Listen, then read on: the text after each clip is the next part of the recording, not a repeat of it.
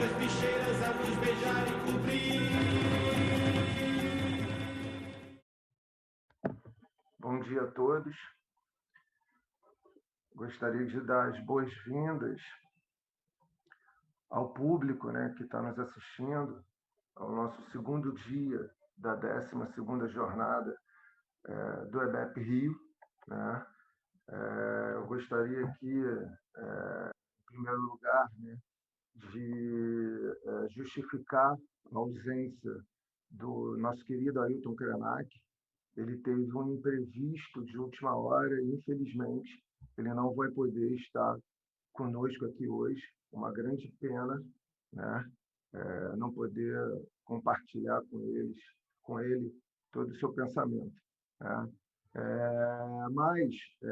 Bem, a vida que segue, vamos continuar aqui a nossa jornada, e estava programado para essa conferência já outras atividades, né?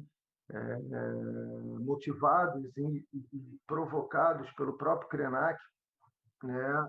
Na ocasião que fizemos o convite para ele, né? O EBEP Rio se engajou em uma campanha de arrecadação de recursos para a aldeia Maracanã.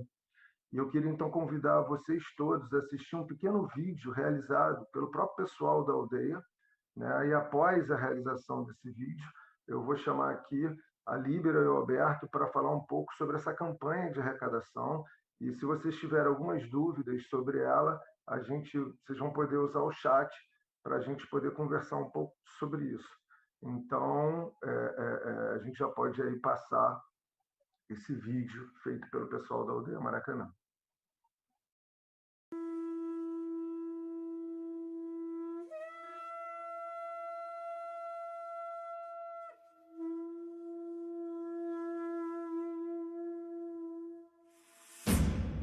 Mente sã aparente. Nós, da aldeia Maracanã, existimos e resistimos para que esse local de ponte entre a cultura original e ocidental possibilite uma convivência benéfica para ambos os lados, preservando a natureza que pertence a todos. Baseado em um sistema ecologicamente sustentável, está sendo criada a primeira Universidade Indígena Aldeia Maracanã. É a hora de mostrar a origem dessa iniciativa indígena na cidade do Rio de Janeiro. Quem morava em nossas terras, antes dos primeiros colonizadores, há 520 anos atrás, não era considerado carioca, fluminense e nem brasileiro. As terras da cidade do Rio de Janeiro eram habitadas por diversos povos com costumes, idiomas e características físicas diferentes. Portanto, todos sabem hoje que, entre os hábitos de nossos antepassados, além da fabricação de utensílios e ferramentas de palha, pedra, barro, espinhas e ossos de peixes e animais, já existia o cultivo em roças comunitárias. Mandioca, milho, abóbora, feijão, amendoim, tabaco, pimenta, árvores frutíferas e algodão. Para isso, habitavam terras férteis próximas a florestas e rios. Tudo na nossa sociedade indígena é voltado para os ritmos naturais do mundo e da vida, além dos nossos hábitos alimentares, incluindo as práticas e ferramentas de colheita, plantio, caça e pesca, também nossas moradias, nossas técnicas e instrumentos de guerra e navegação, nossos rituais e crenças, nossas relações sociais e políticas com o nosso próprio povo e com os demais. Tudo isso está marcado e condicionado pelos ciclos da natureza, pelo que ela nos oferece e nos tira. Entendemos que somos parte dela e a ela devemos nos integrar num sistema único, jamais explorá-la e muito menos destruí-la. Sempre fomos povos alegres. Trazemos a música, a dança e as cores em nossa vida e em nossos corpos, pois assim entendemos a natureza em seus ciclos de nascimento e morte. O olhar colonizador não distinguia nossos povos, enxergando-nos apenas como um obstáculo ao seu desejo de exploração de metais e produtos valiosos, trapaceando, doutrinando e escravizando e muitas vezes matando em nome de um ideal cristão e civilizatório. Especificamente em nossa cidade, as explorações sucessivas levaram nossos antepassados a aliarem-se aos invasores. Os Tupinambá se aliaram aos franceses e os Temiminó aos portugueses, ocasionando muitas batalhas que culminaram na sangrenta vitória dos Temiminó e dos interesses de Portugal sobre o território, em 1567. Mais de 80 aldeias Tupinambá permaneceram resistindo pelos séculos seguintes no entorno da Baía de Guanabara contra os portugueses que foram pouco a pouco assassinando seus líderes, destruindo suas moradias e impondo seus costumes, ainda nos dias de hoje, com as populações indígenas em todo o Brasil e toda a América. A aldeia Jabeberacica, uma das mais aguerridas e até hoje lembrada como símbolo da resistência indígena, habitava uma região povoada por grande quantidade de pássaros conhecidos pelos nativos como Maracanã, ao longo das margens do rio que recebeu seu nome e posteriormente nomeou o bairro Carioca. Nesse período, houve uma forte miscigenação entre indígenas, negros e portugueses, e o tupi foi o principal idioma na colônia, tendo enriquecido a língua portuguesa com sua influência em muitas palavras do português brasileiro que estava surgindo. No final do século XVIII, a região estava ocupada por fazendas de engenho de açúcar que pertenciam aos jesuítas. Em 1758, o ministro português Marquês de Pombal Expulsou a Companhia de Jesus, confiscando todas as suas terras para a coroa portuguesa, e proibiu o ensino e o uso do tupi, instituindo o português como a língua oficial do Brasil. As terras tomadas pelo governo foram loteadas e colocadas à venda. Sabe-se que isso ocorreu, por exemplo, com a antiga fazenda de São Cristóvão, que abrangia a região do rio Maracanã. Conta-se ainda que, em 1865, o terreno ao lado foi doado para a construção de um centro de investigação da cultura indígena, o que vincularia desde então aos povos originários. Mas o que se sabe, ao certo, é que em 1884 foi adquirido o prédio e o terreno em volta para a construção do Derby Club. O prédio teria sido sua sede até 1889, quando passou a ser utilizado pelo Ministério da Agricultura, Indústria e Comércio da República Nascente. No ano de 1910, o edifício abrigava um centro dedicado à pesquisa do cultivo de plantas nativas, validada, sobretudo, pelo conhecimento indígena. Criou-se aqui, também vinculado àquele ministério, o Serviço de Proteção ao Índio, SPI, com o intuito de preservar e defender os povos originários da terra. O órgão, na verdade, seria utilizado para deter as lideranças e reprimir o movimento indígena. Desta forma, sua história foi marcada por muitas visitas de líderes indígenas e suas demandas.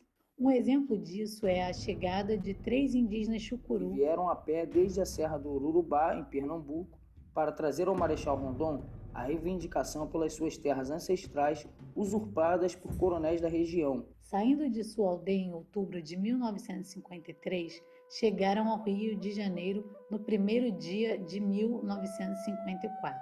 Sua jornada representou a defesa não só de sua terra, mas também da dignidade de seu povo, demonstrando que o indígena dá a vida pelo lugar em que nasceu e que não faz moeda de troca. No ano de 1953, as polêmicas em torno das questões dos territórios indígenas levaram a se criar aqui uma seção do Conselho Nacional de Proteção aos Índios, CNPI, responsável por formular uma política indigenista oficial pela primeira vez na história do país.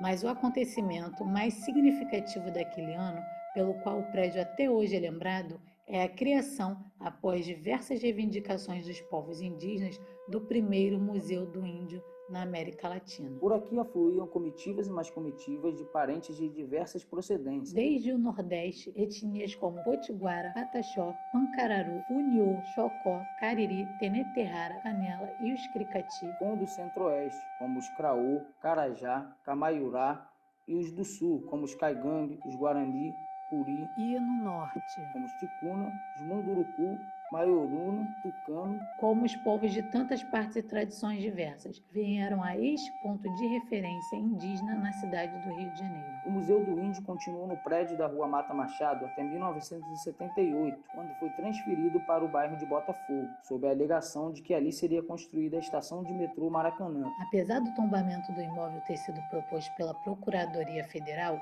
não foi aceito pelo IPHAN, o Instituto do Patrimônio Histórico e Artístico Nacional. Depois disso, a construção central ficou abandonada por quase 3 décadas, embora em seu terreno houvesse outros prédios, onde permaneceu ativo o Laboratório Nacional Agropecuário do Rio de Janeiro, o LANAGRA. Em 2006, o movimento indígena da cidade do Rio de Janeiro formou o primeiro Congresso Tamoio dos Povos Originários e decidiu instalar-se no território pela memória dos moradores ancestrais e por considerar justa a ocupação de um lugar tradicional de preservação da cultura originária. Desde então, nós, indígenas que ocupamos o lugar, enfrentamos constantes investidas das forças de repressão que representam os interesses econômicos. Embora uma parte dos indígenas alojados na aldeia tenha aceitado sair, nós, da resistência, permanecemos sem negociar nossos direitos e sem medo de lutar, já que havíamos obtido o reconhecimento do manejo indígena da área através de uma sentença de 2012 no Tribunal Regional Federal da 2ª Região. Processo número 2012-5101-10-10-51, dígito 4. Nasce, então, a Universidade Indígena Aldeia Maracanã. Hoje, no coração da área urbana do Rio, crescem nos nossos roçados novamente milho, aipim, feijão, abóbora, maracujá, batata doce e outras espécies que cultivamos, além de transmitir conhecimentos variados da riqueza cultural dos primeiros habitantes do país, como o ensinamento dos idiomas, cosmologias, artes e medicina sagrada. Muitas vezes, ela termina com a tradicional fogueira, momento de descontração e partilha cultural com seus visitantes e apoiadores. A resistência manteve-se firme ali até depois das Olimpíadas do Rio e, em 2007, finalmente retomamos o território. Se as terras indígenas são também, segundo o parágrafo 1º, artigo 231 da Constituição Cidadã de 1988, aquelas que são utilizadas para suas atividades produtivas, as imprescindíveis à preservação dos recursos ambientais necessários a seu bem-estar e as necessárias à sua reprodução cultural, segundo seus usos, o terreno e a histórica construção que abrigou o Museu do Índio, o primeiro espaço que reuniu e conservou alguns dos nossos artefatos e instrumentos e também mostrou nossos costumes e práticas. Esse patrimônio deve pertencer também, de forma protegida e garantida oficialmente, à coletividade. Tem que ser preservado e mantido para as populações que aqui habitam, o protegem e o defendem. Nossa permanência na aldeia é a afirmação da identidade e da necessidade de gestão autônoma que caracteriza todos os povos indígenas. Mesmo em tempos de pandemia e isolamento, após toda a violência e decisões equivocadas do governo do Estado, os agentes do interesse econômico não desistem de nos intimidar e continuamos a receber novas ameaças. Ainda hoje recebemos o apoio para nossa causa e resistência e colaborações, como a atual campanha de doações virtuais que lançamos para enfrentar esse período de isolamento, em que não podemos continuar com nossas atividades abertas ao público. A aldeia resiste ainda hoje e seguimos forte no propósito de reconhecimento da nossa cultura e dignidade como povo originário, cujo sangue corre há milênios nessa terra, fecundando-a com seu saber e bravura. Cada vez que nos manifestamos em nossos cantos, nossa fogueira sagrada e na reverência a nossos encantados, estamos dando mais um passo para construirmos uma nova realidade. Se o governador da cidade rejeitar nossa permanência e derrubar nosso prédio histórico, nossa aldeia, cultura e vidas serão mais uma vez desrespeitadas. Ao criarmos uma universidade nesse prédio, que representa muito a causa indígena, deixamos um registro vivo de nossas culturas e enriquecemos o patrimônio cultural da nossa cidade, um legado para várias gerações, permitindo assim a transmissão de nossos saberes. Se aqui havia um museu, o lugar que serviu para mostrar a sociedade tradicional do século XX, o que foi o indígena, agora haverá o local em que o próprio indígena mostrará à atual sociedade o seu valor nela, sem perder sua identidade e suas tradições, para todos os olhos que quiserem enxergá-lo.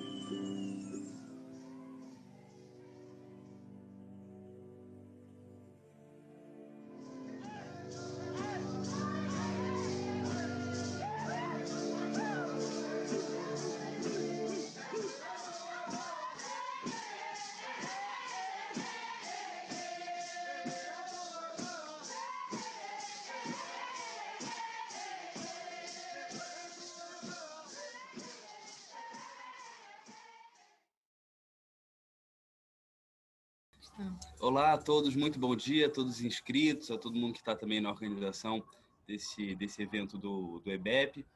É com muito prazer, na verdade, que a gente recebeu lá em setembro, quando a gente estava começando a organizar um pouco toda essa parte que a gente faz aqui no estúdio, de tradução, da divulgação. A gente recebeu também um pedido, né, do EBEP dar uma dimensão um pouco mais prática a toda essa discussão teórica que vem acontecendo ao longo da jornada, discussões muitíssimo importantes, mas também tivemos esse chamado para procurar alguma campanha para poder fazer uma ação um pouco mais prática. Exatamente. A ideia era trabalhar com alguma demanda indígena, com alguma necessidade indígena que a gente pudesse ajudar dessa forma. E aí a gente começou a pensar quais contatos a gente já tinha e quais conhecimentos a gente tinha sobre a aldeia, sobre os índios, né, ao nosso redor. E aí eu lembrei que eu tinha ido à aldeia Maracanã, frequentado ela no ano passado, e aí eu fiquei muito emocionada, muito encantada por toda a luta e a resistência, a força que eles têm. E aí, também com isso, coincidentemente, o nosso editor de vídeo, nosso técnico de vídeo, ele tinha participado ativamente da primeira tentativa de remoção dos índios da aldeia Maracanã em 2013, junto com os grandes eventos, com a tentativa de transformar aquela região do antigo Museu do Índio no estacionamento.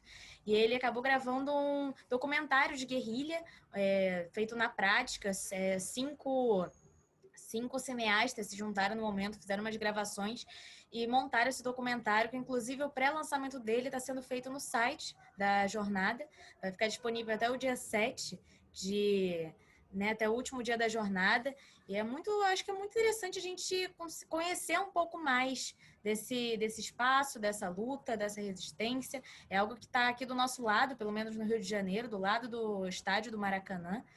Exato. Então, como vocês viram um pouquinho no vídeo, essa disputa pelo território é muitíssimo importante, ela vem sendo travada de várias maneiras, e o trabalho que está sendo feito na aldeia Maracanã precisa dessa divulgação.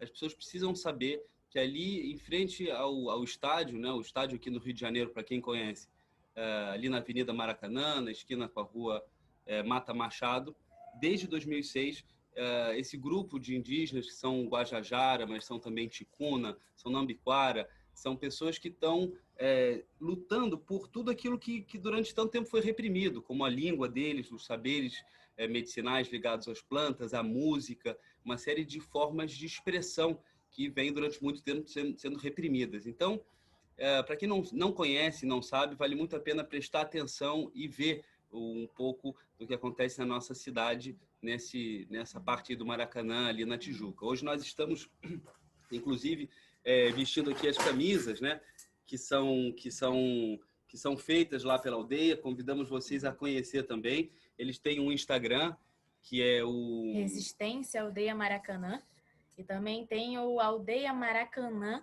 onde são vendidos alguns acessórios que eles mesmos fabricam. Então, essa importância de acompanhar a aldeia, segui-los também no Instagram, diz respeito a uma forma de combater também as diferentes maneiras que o Estado vem reprimindo esse grupo, que de diversas maneiras vem tentando não só salvaguardar esses patrimônios, mas torná-los muito vivos e muito ativos na nossa sociedade.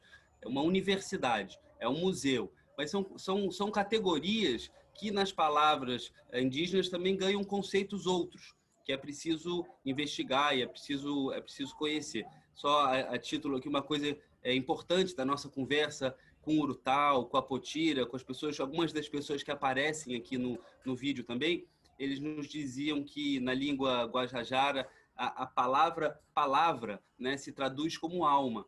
Então, daí a importância da preservação dessa língua, porque a língua, sabemos que ela pensa em nós, ela nos organiza, né, nesse mundo de categorias, e quanto mais ricos ficamos com as categorias indígenas. Essa é um pouco da ideia da própria universidade pluriétnica e multicultural indígena que eles construíram, que conforme nós fomos lá encontrá-los, né, nós fomos algumas vezes durante esse processo, esse período de 2 meses de organização do evento, para conversar com eles, entender melhor quais eram as necessidades, quais eram as demandas, e nós aprendemos muito na mesa de almoço. Eles mesmos conversavam isso com a gente, diziam que o conceito de universidade que a gente tem, ele é muito regrado, ele é muito concreto. E, na verdade, a troca de conhecimento se dá também não só numa aula, como nessa vivência. É o querer aprender com o tempo, né? Você não ter a pressa do conhecimento. Você estar lá e compartilhar dessa troca.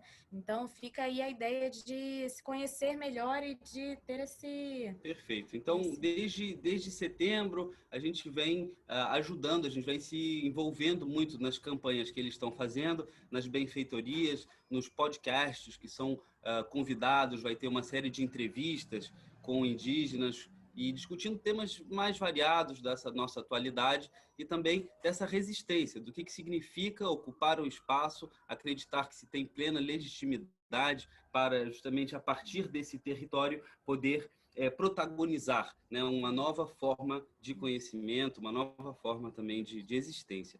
Conforme nós fomos indo e convivendo um pouco, nós percebemos que, nós ouvimos, na verdade, que a principal demanda deles no momento, no agora, teria muito relacionado com o prédio.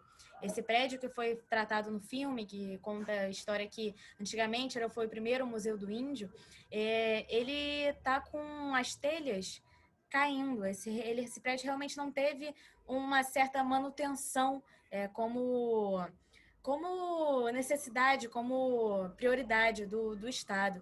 Então, ele realmente está com as telhas caindo e esse perigo do não ter as telhas abala as estruturas do prédio. Então, o prédio está com risco, na verdade, de desabamento. Então, nós nos reunimos, colocaram a gente em contato com diversos apoiadores da aldeia Maracanã. Aí a gente está incluindo arquitetos, professores de universidades ou até apenas simpatizantes com a causa e montando essa campanha internacional emergencial para a manutenção desse prédio. Então, a gente está em processo de construção junto com esse podcast. No próximo mês, provavelmente ela já vai estar disponível.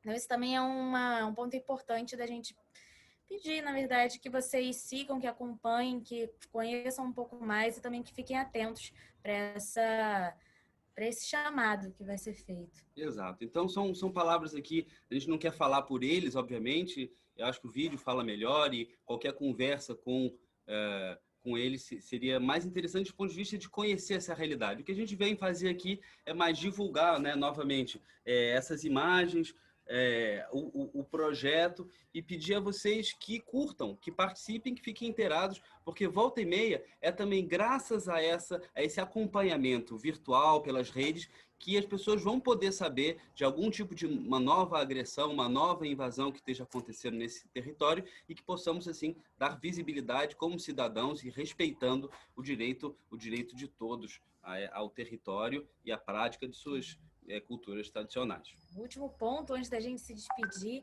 é que acho que é importante deixar claro que o vídeo que nós vimos foi feito por eles. Eu sei que eles acabaram citando isso em alguns momentos, mas acho que é importante que a gente saiba que essa história que a gente ouviu, ela realmente é uma história que foi muito estudada, que foi muito trabalhada e que foi muito guardada pela memória dos próprias pessoas que viveram por isso, que passaram por isso. Então, são fatos bastante marcantes. Eu, pelo menos, quando eu vi, eu fiquei um pouco chocada. E eu acho que é importante a gente deixar isso claro. Então, é isso aí. A todos, muito obrigado. E para quem está aqui sonhando futuros, é preciso certamente incluir os indígenas nesse futuro, incluí-los, sobretudo, a partir do ensinamento linguístico que eles podem nos dar, que é uma percepção de novas realidades, novo estar no mundo também. Exatamente. Bem... A todos, obrigado. Se houver alguma pergunta, acho que o chat está aberto. Se vocês quiserem algum esclarecimento, talvez que a gente possa dar. Mas nosso papel, insisto, é mais mesmo da divulgação e manter todo mundo atento e vigilante a esse problema que acontece em pleno centro do Rio de Janeiro, ali no Maracanã, um espaço maravilhoso de resistência que precisa de mais adeptos, mais pessoas que sigam e conheçam. É preciso estar atento e forte. Não há tempo de temer a morte. Depois de assistirmos esse vídeo tão potente e tão importante, né, e as falas do Alberto, da Líbera, né, eu acho que o engajamento do EBEP nessa campanha só reafirma o nosso compromisso enquanto instituição, o nosso compromisso não só teórico, mas prático, com um princípio que nos norteia, né, de que toda vida importa. Né? Como diz o Krenak, no seu livro, né, Ideias para Adiar o Fim do Mundo, né, a gente não quer participar de um clube chamado Humanidade, de matriz eurocêntrica e viés destrutivo e violento, né, que insiste em excluir e expulsar para a borda da existência, né, uma série de formas de vida fundamentais para a preservação, não só da nossa vida, mas também da vida do planeta. Então, acho que eu fico muito contente com esse engajamento do EBEP, e acho fundamental, de fato, nós, enquanto cidadãos, né, participarmos dessas campanhas e auxiliarmos, né, nesse processo fundamental de resistência desses povos periféricos, né, excluídos, né, como os índios, os quilombolas, os ribeirinhos, né?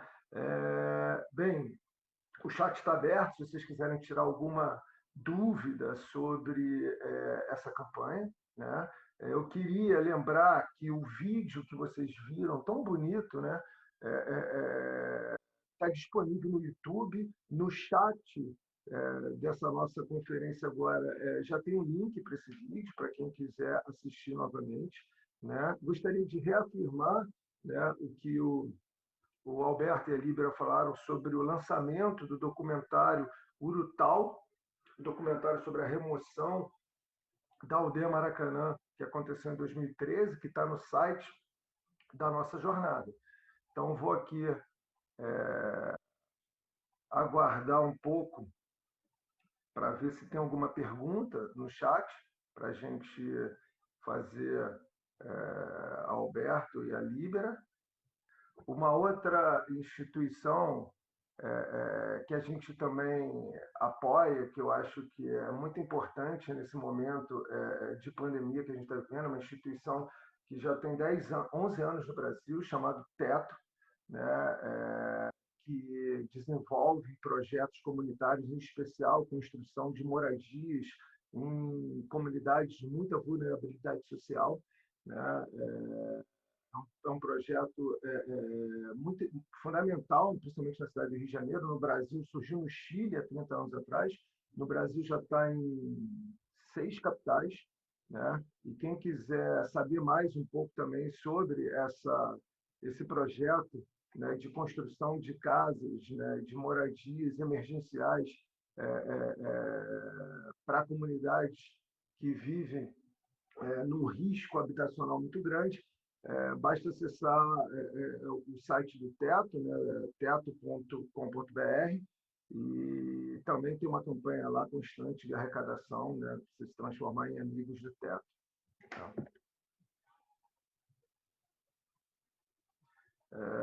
Veio uma pergunta aqui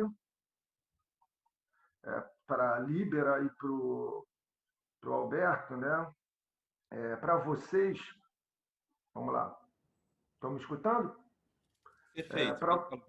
Para vocês, qual o papel do deslocamento do lugar de leitura de existências indígenas para o momento atual de utilizar seu espaço de privilégio de fala para visibilizar narrativas de existência e resistência frente à necropolítica? Vocês acreditam que lutar junto, fazer com, é um novo caminho para a mudança? E ela agradece, a pessoa agradece pelo engajamento de vocês nessa luta. Entendeu a pergunta, Alberto? Eu acho que sim.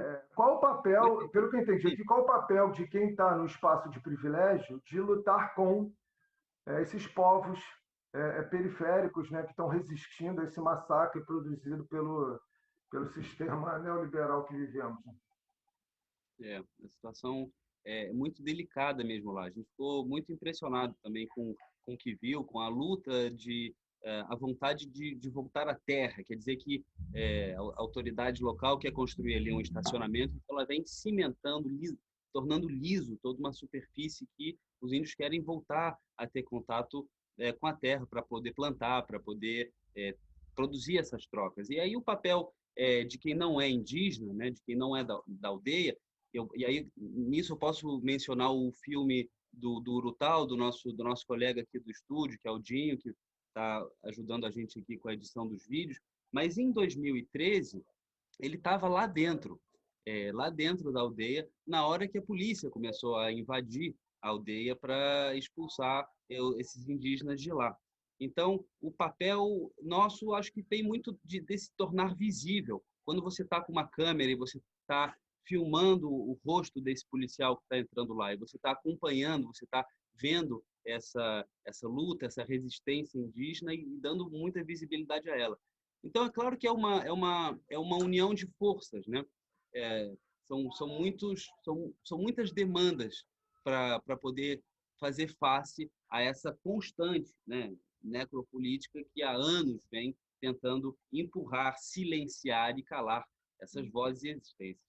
Eu lembro de uma frase que a Potira nos contou, que ela estava relatando o acontecimento lá da aldeia, que ela estava muito incomodada, muito chateada, e aí ela chegou e disse assim, nossa vida né, nossa vida como indígenas é se manter vivo, é tentar se manter vivo. Minha família inteira foi assassinada, toda pessoa que tem aqui, todo indígena que tem aqui tem uma história de um assassinato na família. Então, o nosso caminho que a gente pode seguir é tentar se manter vivo. Então, e fora isso, a gente não consegue se manter vivo sozinho. A gente está há 500 anos passando por essa situação. Então, a gente precisa de ajuda. São muitas demandas, são muitas coisas para se fazer, são muitos lugares para se estar, são muitos papéis para se ter. Então, que eu entendo um pouco dessa forma, esse unir forças, assim como o Alberto falou, de dar visibilidade, mas também de reconhecer que no momento que você tem uma população que está sendo, né, diversas vezes tentativa de ser apagada, que a história é essa, não é uma opção essa luta para eles. Para a gente acaba, querendo ou não, sendo, mas o fechar os olhos e não ajudar dessa forma, e não tentar, pelo menos, facilitar essa luta para o outro é um pouco cruel. E vocês viram no vídeo esse momento em que, no momento do surgimento, né, do Museu de Índio e de organizações supostamente de defesa aos direitos indígenas, acabavam sendo instâncias para fichar, encontrar as pessoas e acabar torturando-as, né? Acho que é muito triste isso. Então, acho que os indígenas têm muito medo também, muito cuidado e ressalvas com os brancos, até aqueles que estão indo lá aparentemente para ajudar, porque é preciso sempre ter uns 4, 5 pés atrás em relação a essas ajuda, né, que vem. Então, a melhor coisa, eu acho que é a mensagem que eles nos passam, que é a troca, é a interdependência. Eu acho que isso é uma palavra importante, né? Essa possibilidade de resistir, de saber, de conhecer e nesse sentido de participar. Mas, Alberto, acho que eu tenho uma contribuição para essa discussão, que é a seguinte, né? Resistir junto com eles, né? Dar visibilidade a essa resistência, é manter esse modo de vida, né? Vivo, né? Porque acho que está mais do que na hora da gente se convencer que o nosso modo de vida europeu, ocidental, capitalista, não deu certo. Né? Não é que a gente vai virar indígena, ninguém vai virar indígena, quem não é índio não vai virar indígena, mas a gente tem que entender que esses modos de vida nos ensinam e nos mostram que outras formas de vida são importantes, são necessárias nesse momento. Ou a gente se reorganiza enquanto sociedade, ou eu não sei se vai ter amanhã, como diz o Krenak, né? O futuro é hoje, o amanhã pode não existir. Né? Então, acho que manter essas outras formas de sociabilidade, de existências vivas como testemunho de que um outro caminho é possível. Porque o caminho que a gente tomou não deu certo, e isso já está mais do que provado. Tá? Perfeito, Brasil. Eu acho muito importante o que você falou, que a gente não se torna indígena, né? A gente tem sempre que também ter consciência do nosso papel, do nosso local, porque exatamente, isso é muito importante. E o Krenak tem uma frase muito boa, enfim, é que eu vim preparado, eu estou cheio de... Adoro o Krenak, enfim. Ele diz o seguinte: nós índios estamos resistindo há mais de 500 anos. Eu estou preocupado com vocês, brancos. O que vocês vão fazer quando o mundo entrar em colapso? Vocês vão ter problemas. Exato. E é muito paradoxal e triste ver essa discussão toda que gira em torno da ideia de museu e da ideia de patrimônio. Afinal, o que é o Museu do Índio? É um lugar que expõe objetos indígenas, mas que não permite às pessoas que ocupem esse lugar, que falem, que transmitam suas mensagens, né? Então, esses espaços claramente precisam ser ressignificados e, acima de tudo, precisam ter a frente indígena, né? Ouvir o índio, né? A gente tem que ouvir o índio para conseguir também ajudá-lo, né? Tá?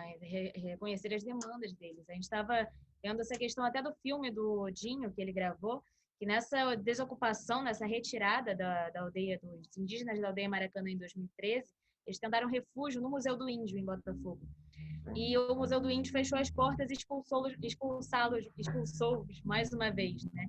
Então, assim, realmente, se o local que tá responsável por mostrar alguma coisa, por divulgar alguma história, se recusa a abraçar a história viva, realmente... Como se o objeto, a matéria, ganhasse mais valor do que o saber e a pessoa, né? E os conhecimentos, esses que não são necessariamente materiais, só se dão através da troca, da conversa, dessa nova forma de universidade, que não tem necessariamente cadeiras, alunos, professores, né? Que funciona de outro jeito. Bem, tem uma pergunta... desculpa. Fala aqui, Não, tem uma pergunta do Arthur, né?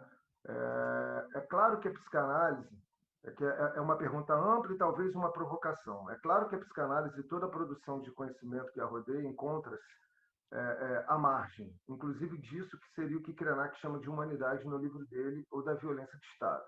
Mas em se tratando de povos lutando pela manutenção de outras cosmogonias, como a psicanálise, na sua dimensão clínica, poderia contribuir para os povos originários?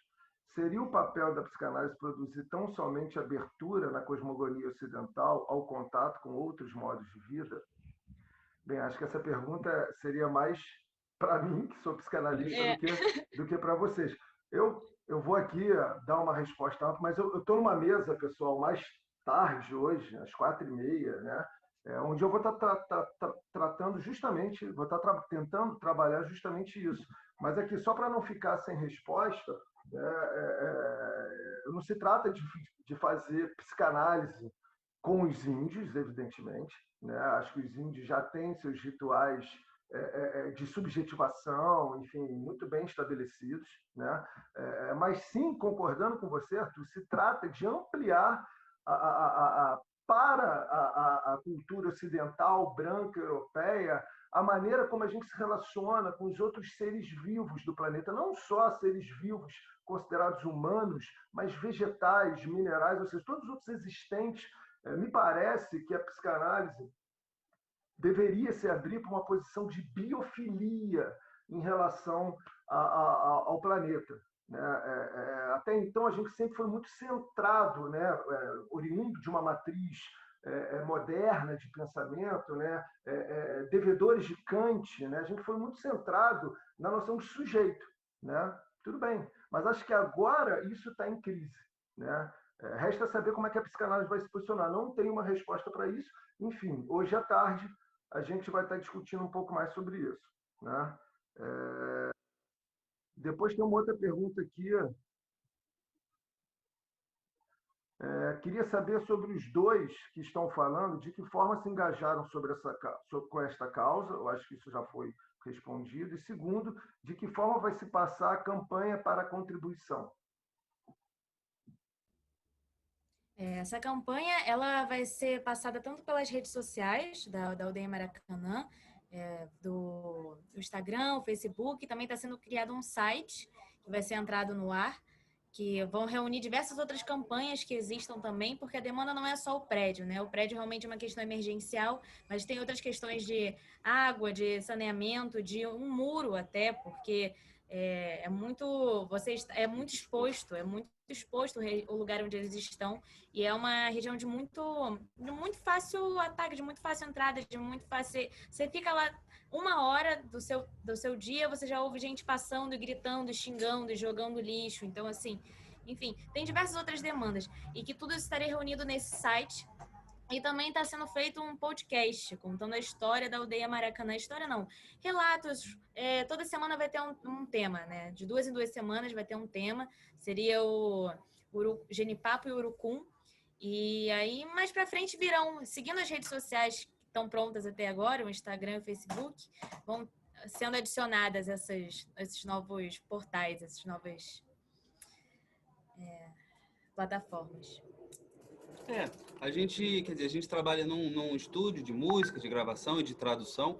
Então, quando o EBEP nos contactou, nosso engajamento foi todo no sentido daquilo que a gente poderia fazer. A gente consegue organizar um programa de podcast, consegue ajudá-los com as entrevistas, consegue divulgar esse material e ajudar numa coisa que já vem acontecendo, que é essa benfeitoria, que eles estão querendo centralizar a partir de algumas lideranças e figuras lá da aldeia, mas que não é só nacional, né? Vai ser um grande programa internacional também para conseguir, dentro dos moldes assim do que significa uma restauração emergencial, dar capacidade a esse prédio de voltar a funcionar como um lugar de preservação dos saberes tradicionais.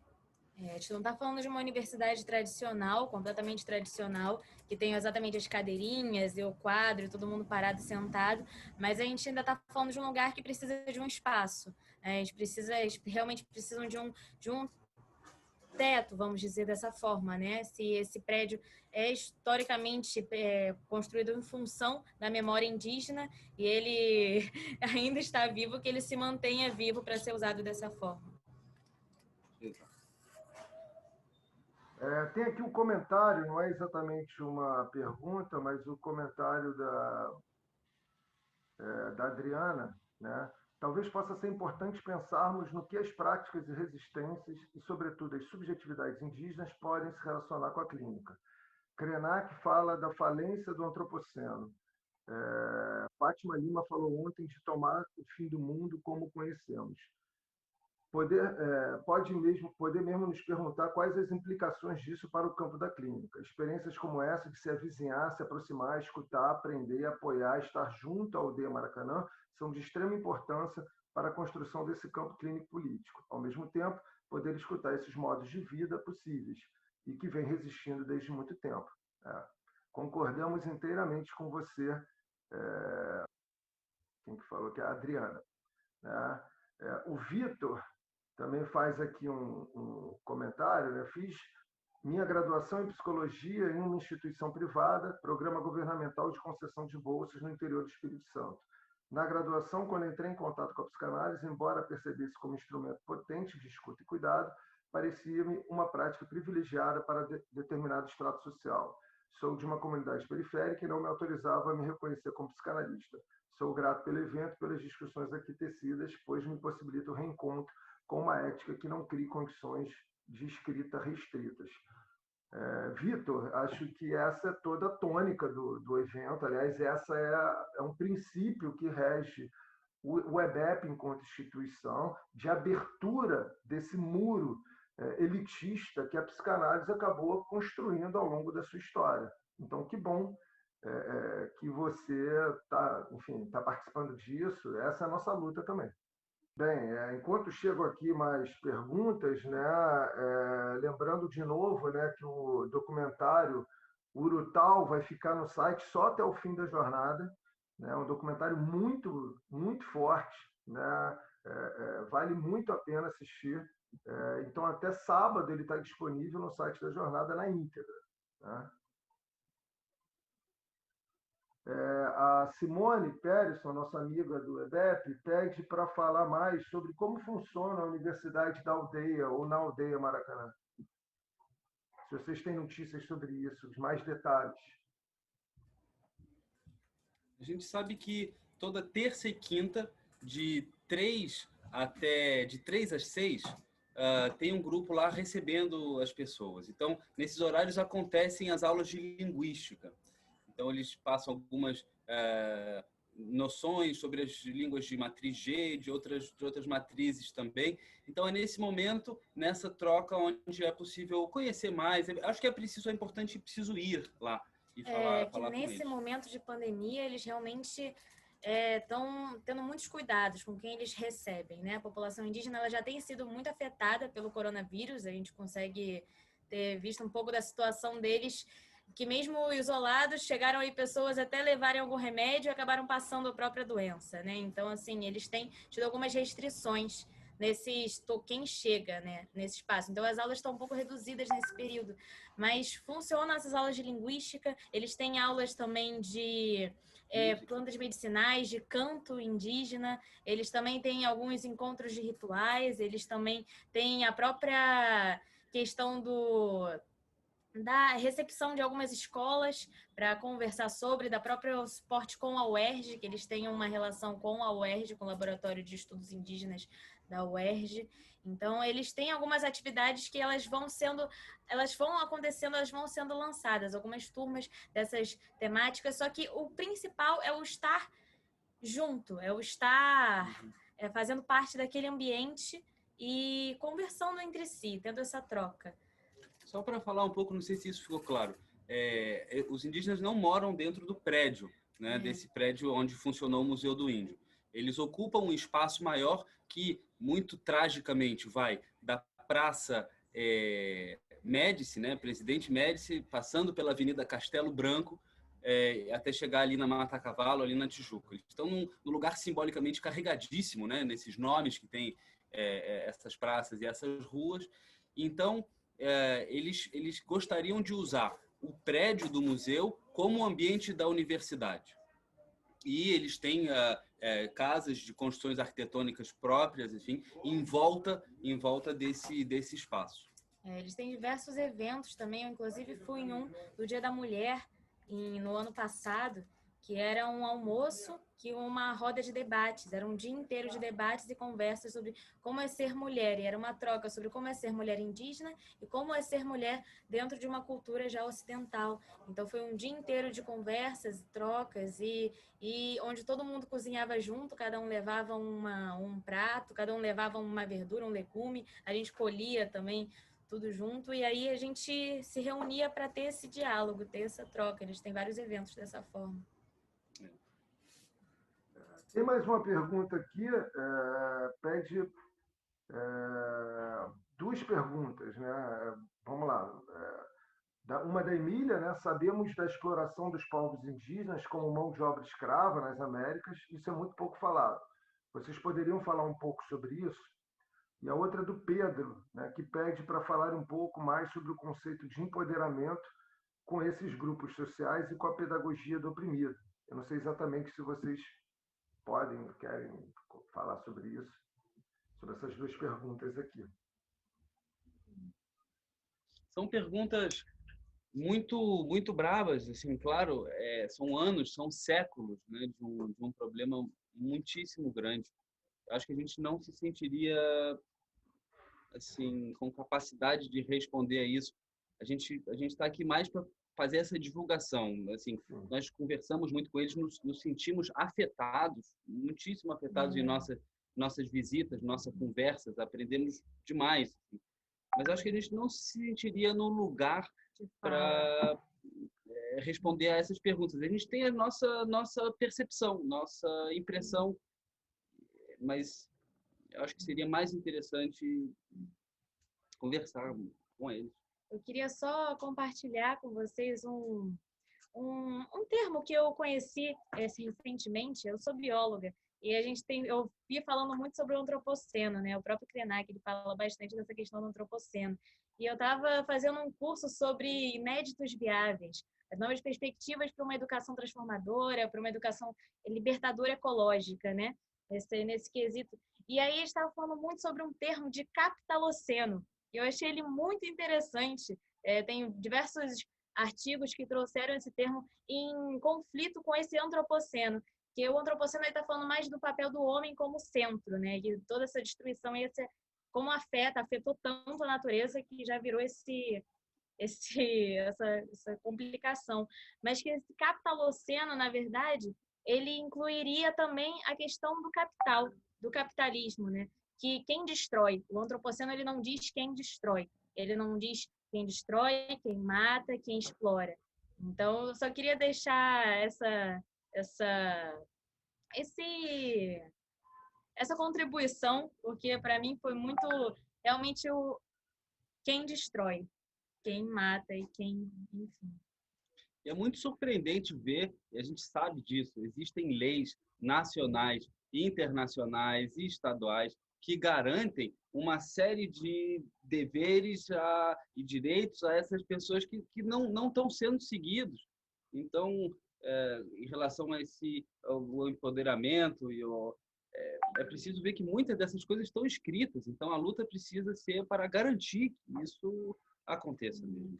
Se tem alguma coisa a ser dita sobre a pedagogia do oprimido, por mais que eu não me sinta no local de fala de falar abertamente sobre esse tema, mas é o ouvir. Se tem alguma coisa que o Paulo Freire diz muito, bate muito nessa tecla, é o ouvir a demanda do outro, ouvir o outro e não trazer um conhecimento já marcado e já nesse papel de marfim, de marfim, não sei, eu acho que essa é o grande ponto. A língua certamente pensa em nós, de várias maneiras. Então, a aproximação com essas línguas indígenas, que tem outras categorias novas, até para pensar, imaginar, conceber esses futuros, é um dever realmente da nossa geração, no nosso momento. E tem mais um comentário aqui da Vital Ilma, né? Para mim, sobreviver sendo indígena é ser empoderado, é resistir, apesar de estar apresentando para si e para as comunidades novos símbolos e proposições que a sociedade tenta suplantar o tempo inteiro. O que eles fazem para existir é sempre autônomo. Quer maior expressão de empoderamento que a iniciativa dessa universidade na aldeia? Concordamos com você. Com certeza. Alguém estava perguntando aqui no chat sobre como acessar o filme Urutau. No site da jornada, né? Que está aqui no site, né? No site, no chat foi colocado, né? Exato. Tem a aba campanhas e aí tem uma opção que é lançamento Urutau. É só clicar ali que vai ter o filme já só para dar play. Foi um trabalho feito, acho que são 4 ou 5 diretores envolvidos. Eles entraram no prédio lá em 2013 e ficaram morando lá durante esse processo todo de resistência. Tem cenas fortíssimas e, acima de tudo, tem a forma como o Urutau lutou, a maneira como ele sobe em cima de uma árvore, a força que essa árvore ganha na resistência, ela se torna um aliado deles, não é uma árvore qualquer, é uma árvore histórica que já estava lá há algum tempo, com a qual eles já tinham uma interação muito profunda. Então, o filme vai mostrando, por um lado, essa coisa crua, brutal, assassina da PM do Rio de Janeiro, e, por outro lado, uma luta belíssima que eles fazem, que é armada de símbolos. Tem mais aqui um comentário da Emília, né? A palavra e a cultura, falando sobre o Paulo Freire, né? A palavra e a cultura são temas abordados pelo mestre Paulo Freire na pedagogia do oprimido. E tem uma pergunta da Gabriela: como fazemos para visitar a Universidade do Índio? Como foi a chegada de vocês? Então, a primeira vez que a primeira vez que eu fui à aldeia Maracanã, eu fui com uma amiga minha, que ela ajuda na construção, na bioconstrução da aldeia Maracanã. Eles têm como eles têm algum problema com saneamento básico, eles conseguiram uma ajuda para mostrar uma plantação que consegue purificar algumas águas. A água, a água que é usada para lavar a louça, ela passa, essas plantas fazem uma troca e purificam essa água, ela consegue ser reutilizada para lavar outros pratos ou fazer outras, não para ser bebida, né, mas assim, não potável, para fazer essas coisas. Essa minha amiga estava envolvida nessa bioconstrução e ela me convidou para ir junto com ela e ela me contou desde o começo que ela já estava há alguns anos trabalhando com eles e que essa chegada normalmente precisa ser calma. Essa chegada não é só chegar lá e entrando e falar, assim. Mas também não é nada inacessível. Eu fui com ela um pouco com medo, achando que ia ser um pouco inacessível, que não sei. E aí a gente levou algumas comidas, e aí a gente começou a participar dessa partilha, desse almoço e depois dessa construção. E aí eu fui entendendo um pouco melhor como que era o entrar na aldeia. Esse entrar na aldeia, na verdade, não é que ele seja tão inacessível, mas ele é um pouco... Ele requer um pouco de humildade. Eu acho que não tem uma porta exata. É um tapume onde você abre um pouco assim, tira a corda, a corrente que tem e você entra. Mas a postura que você tem ao entrar, que é o que faz a diferença, na verdade. Normalmente sempre vai ter um pajé na entrada, que ele fica vendendo seus medicamentos, fazendo esse intermédio, e também para ter um certo controle de quem está entrando. Então, essa postura humilde de chegar, falar um pouco com o pajé, entender o que está acontecendo na aldeia naquele dia, que às vezes eles estão envolvidos com uma construção muito grande, não tem como receber uma pessoa. Também é um local de moradia de alguns deles, né? E aí, nessa segunda vez que a gente foi, a gente primeiro se conversou com eles, procurou eles pelas redes sociais, até conseguir um contato mais direto, marcou um dia para ver também como que era como que é esse nós queremos te ajudar, entende? Como que é esse chegar dizendo nós queremos te ajudar. Então a gente tentou fazer isso de uma forma um pouco mais distante antes, tentando entender como que poderia ser feito, se teria algum interesse, o que eles... Então isso tudo foi feito, na verdade, por telefone no começo, a gente conseguiu, só que a gente não podia pegar o telefone, a gente não teve esse acesso a esse telefone tão facilmente, foi através do Dinho mesmo, que já tinha feito essa gravação do Dinho filme. Moreira, que é um dos diretores do filme. Que ligou para ele antes para o Urutau e falou, olha, eu tenho 2 amigos aqui que estão com tal ideia, a gente posso passar seu telefone para eles. Mas, no geral, o conhecer e o fazer parte dessa universidade e o estar lá, eu acho que o principal é esse olhar humilde, esse chegar, vendo quem está fora, vendo se tá um dia bom para poder ter esse contato. E a partir daí se informar quais são os dias que tem as atividades e aí sim ter essa visita mais recorrente. E claro que tudo isso, nesse contexto atual da pandemia que a gente está vivendo, ainda esperando uma vacina, tudo se torna ainda muito mais difícil, claro. Tem aqui um comentário do... tem aqui um comentário do Mário Orlando, né? O termo capitaloceno é muito apropriado, pois homem antropoceno é um conceito abstrato. É importante esclarecer os conceitos com os quais lidamos para problematizar esses termos. Creio que a escuta fina que a psicanálise pratica é uma boa contribuição para mantermos viva a nossa escuta crítica. É só um comentário. Ele aproveita e parabeniza vocês dois. Muito obrigado. Obrigada. Vamos ver, está vindo aqui mais algumas perguntas. Acho que teve uma pergunta sobre como visitar na pandemia. Eu acho que é isso, está mais restrito agora, né? É claro, sim. Eu acho que não é momento de fazer visita. Não tem dúvida. Mas é momento de fazer contato. É momento de curtir lá o Instagram deles, de acompanhar, de conversar pelos chats. É momento de... Daqui a pouco vai sair a primeira entrevista do podcast que eles estão organizando. Então, é momento de se interar, de conversar. Eles são muito abertos a isso. É momento também de ajudar com essa campanha. A gente já mostrou aqui algumas vezes as camisas que eles fazem. São camisas com desenhos dos indígenas, todas elas com uma história muito forte por trás. E são, às vezes, desenhos feitos pelas crianças, pelos mirins lá da aldeia. Então, quer dizer, eu acho que é um momento de ficar sabendo que essa situação é muito triste, é muito dramática, há muito tempo está assim. E quanto mais pessoas, quanto mais cidadãos engajados, muito melhor. Queria só acrescentar um momento que me marcou numa dessas visitas da aldeia, que o nome é Universidade Multicultural Pluriétnica, né? Esse pluriétnica, porque nós soubemos que tinham os Guajajaras e os... Qual era o nome? Os Ticuna. Não, os que brigavam. As oposições. Tinham 2 tribos que elas eram tinham uma história completamente de briga.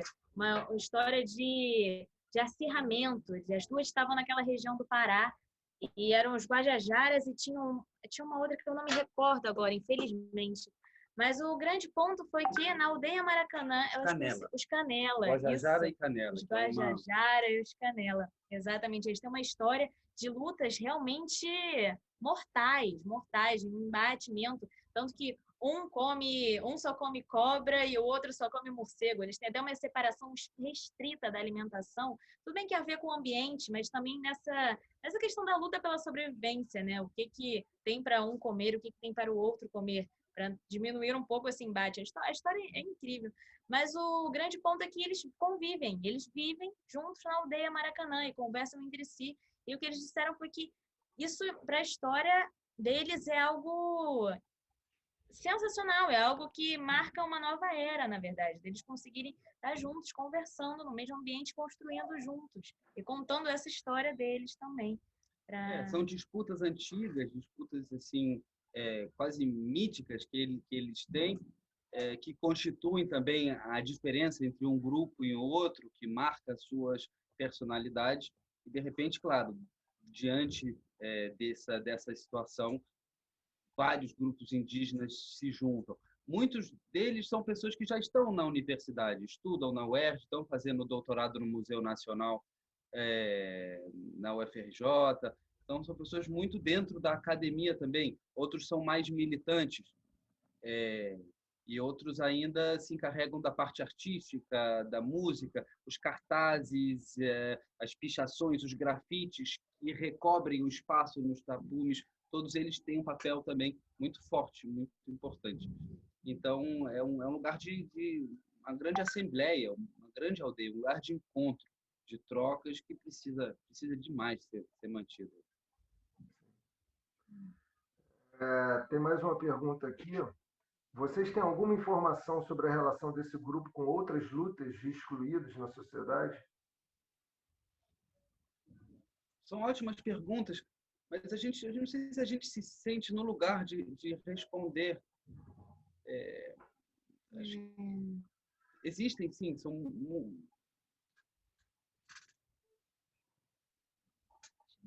ele diz de outras lutas de outras pessoas. Não sei se eu entendi agora.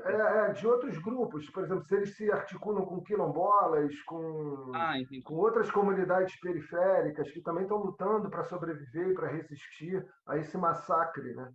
Que essas comunidades são submetidas. Eu realmente acho que a gente não tem esse local de fala para falar completamente sobre todas as relações que eles têm. Sim. Mas eu sei que um dos grandes núcleos de diálogo entre a aldeia Maracanã e outros locais se encontra no Alemão, no Morro do Alemão, onde eles têm uma casa onde, inclusive, ocorre um dos grandes encontros indígenas anuais que eles fazem. O último grande ocorreu, inclusive, nessa casa no Morro do Alemão, e que é um local onde essa cultura indígena tenta...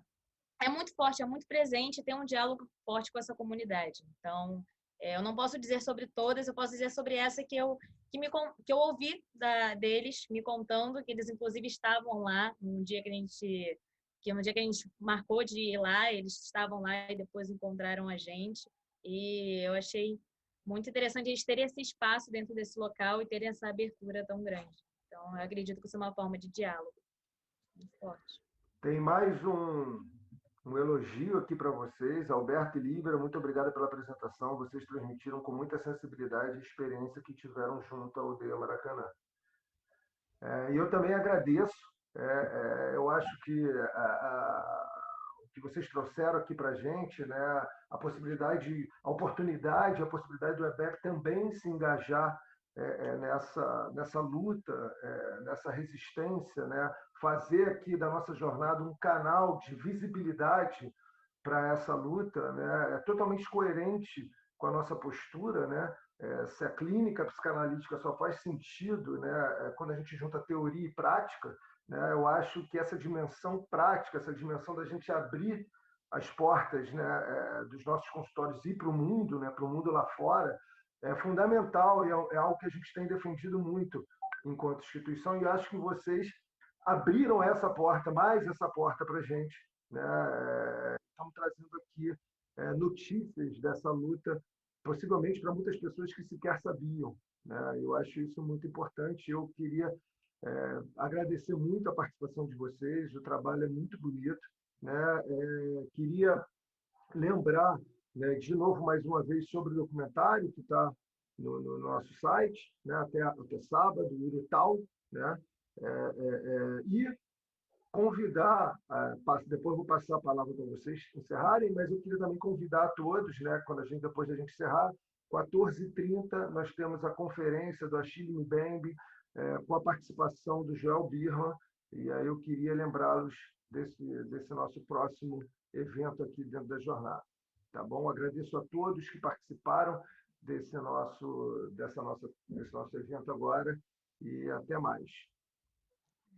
Perfeito, Rodrigo. Muitíssimo obrigado. Para a gente também foi um prazer enorme. A gente que está aqui na organização, cuidando da tradução, da divulgação, de algumas coisas assim, dos bastidores do evento, é um prazer muito grande poder ter essa dimensão prática, como você disse. Ter ido para lá foi um crescimento enorme para a gente em vários aspectos. Então, é muito bom quando os eventos têm esses encontros, essa sincronia que acrescenta a todos e promove essa interdependência que deveria nos caracterizar cada vez mais. Obrigado, Rodrigo. E obrigado a toda a organização. A palavra no nome da Márcia Baumberg, a gente agradece a todos. Está sendo muito bom. Eu também só tenho a agradecer. E eu acho que a minha última frase vai ser, inclusive, a última frase de um livro do Krenak, que é: nós precisamos atravessar o deserto e nós vamos atravessar o deserto. Então, acho que é essa mensagem que eu, enfim, trouxe para mim.